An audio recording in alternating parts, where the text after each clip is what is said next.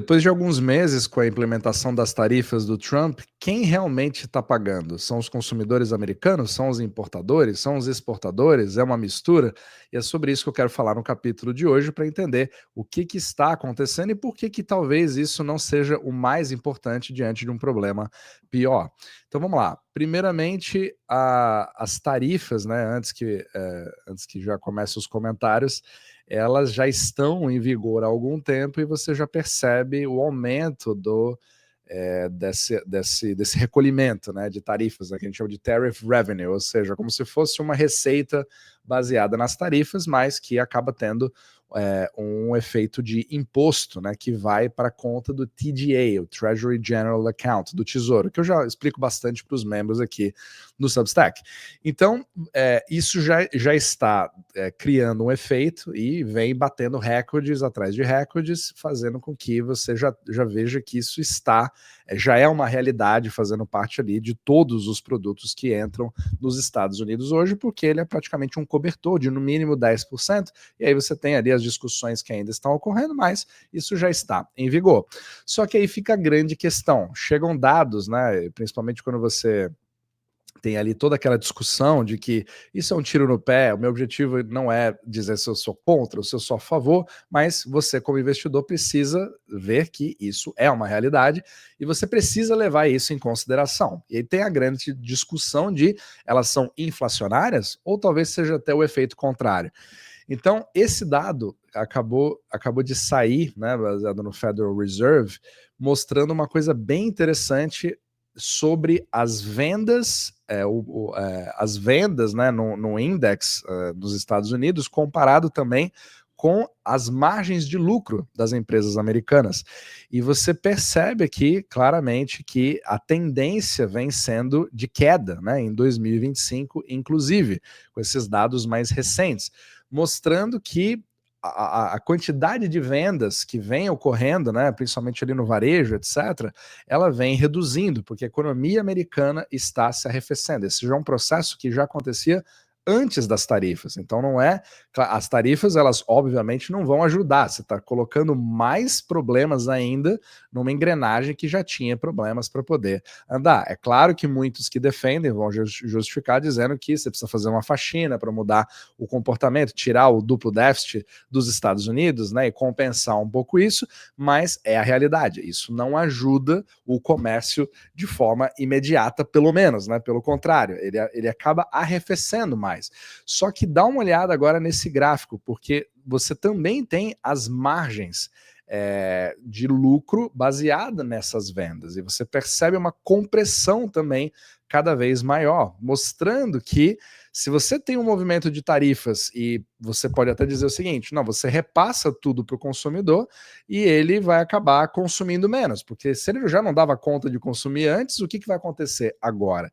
E é claro que os importadores ou as empresas, elas não são bestas, elas vão tentar adaptar, porque a última coisa que você quer, você não se sente, até eu, né, como empresário, já fui importador e exportador, eu sei que se eu conheço o meu cliente, sei que ele tem um tipo de preço que ele espera, subir aquilo sem eu ter nenhum tipo de ganho, simplesmente porque eu tenho tarifas, isso não vai me ajudar em absolutamente nada. Provavelmente eu posso perder aquele meu cliente ou aquele contrato. Às vezes você faz negócios entre empresas e se você mata aquela margem de lucro que você tinha com aquele parceiro, esse parceiro fala, cara, eu vou precisar, infelizmente, substituir o seu produto por uma alternativa um pouco mais barata, mesmo que seja de menor qualidade. E eu falo isso por experiência própria, isso já aconteceu comigo, né? Mas não foi nos Estados Unidos, foram em outros países. Então, você tem um pouco dessa dinâmica também. Agora você vai falar o quê? Então, você vai tentar você mesmo tirar um pouco da sua margem de lucro, pedir para que a outra parte também tire um pouco e fazer com que aquele preço final na gôndola seja um pouco mais aceitável e você tentar absorver aquilo. Então, não é uma coisa muito prática para você falar, ó, todo mundo são os americanos consumidores que vão pagar, ou são os importadores que vão pagar, ou são os estrangeiros que vão pagar. Na verdade, isso pouco importa. Você percebe que essa divisão vai acontecendo e ela está apertando cada vez mais essa margem de lucro, sugerindo que as empresas estão tentando se manter de pé porque aquilo não está sendo suportado pelo mercado. O problema é na demanda. Então, quando você cria aquela questão inflacionária, você pode até aumentar os preços num determinado momento, mas a reação da demanda acaba gerando algo deflacionário. É por isso que as tarifas não são inflacionárias, pelo contrário. E eu explico isso muito bem, principalmente para os membros, né, na nossa jornada Omnimacro. Já mostrei vários exemplos disso, né, em vídeos exclusivos que eu faço aqui para membros também. E se você quiser entender um pouco mais dessa dinâmica, eu criei a Universidade Omnimacro, onde você pode ver exatamente como que funciona o fluxo de capitais ao redor do mundo, como que isso afeta os seus investimentos. Mas para ir para uma forma mais prática, eu também criei o portfólio Omnimacro, onde você vê exatamente como eu estou fazendo investimentos e estou me adaptando a toda essa confusão de 2025, fazendo com que seja um ano cada vez mais difícil de você tentar entender, mas que com princípios macroeconômicos você consegue se proteger ou até mesmo prosperar no mercado. Então todos os links estão na descrição abaixo. Agora, a discussão da inflação, ela continua ocorrendo. Eu gosto bastante do Trueflation e ele vem demonstrando uma coisa bem interessante. Você tem um certo vai e volta da inflação, né? Então ele pega aqui a inflação comparado, né, ano a ano, mas ele é atualizado diariamente, então não é aquele tipo de CPI que você aguarda, né, etc., aqueles lagging indicators, né, do Fed. Aqui você tem uma coisa muito mais em tempo real, um pouco mais confiável, e ela vem subindo, caindo, ou seja, você tem um pouco de todas essas ondas ao mesmo tempo. Me lembra um pouquinho da confusão que nós tivemos durante a pandemia, porque você tinha preços que subiam, depois caíam, quando abria mercados, fechava mercados, abria mercados, e aí você também tem um pouco dessa, né, tarifas, não tarifas, eu absorvo, não absorvo. Então é muito difícil você entender exatamente o que está acontecendo, mas dá para sugerir que cada vez mais você vê todas essas dinâmicas ao mesmo tempo, mas só esse gráfico, inclusive sugerido pelo próprio George Gamer, ele confirmou isso, né? Quando você vê aqui, ele falando claramente, olha, as empresas estão provavelmente numa posição onde elas estão tendo que comer o custo dessas tarifas enquanto a demanda cai, porque você não quer simplesmente passar esse preço e falando do consumidor final, se vire, porque você não pode mais passar por cima de uma demanda elástica, ou seja, que é extremamente sensível àquele preço, que vai simplesmente deixar de consumir.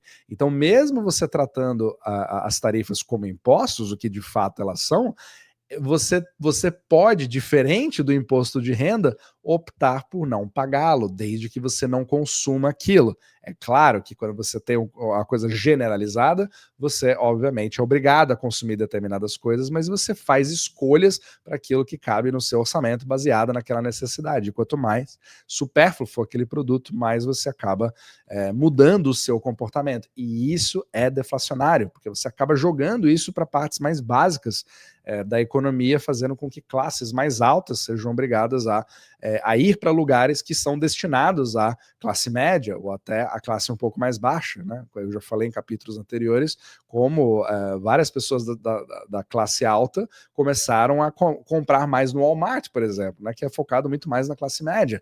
Ou o Dollar Tree, que é um do mais barato de todos, aquela loja de um dólar, né, que na verdade já deixou ser acima de $1, né? Você tem produtos que estão 1,25, 1,5, justamente por conta da inflação monetária.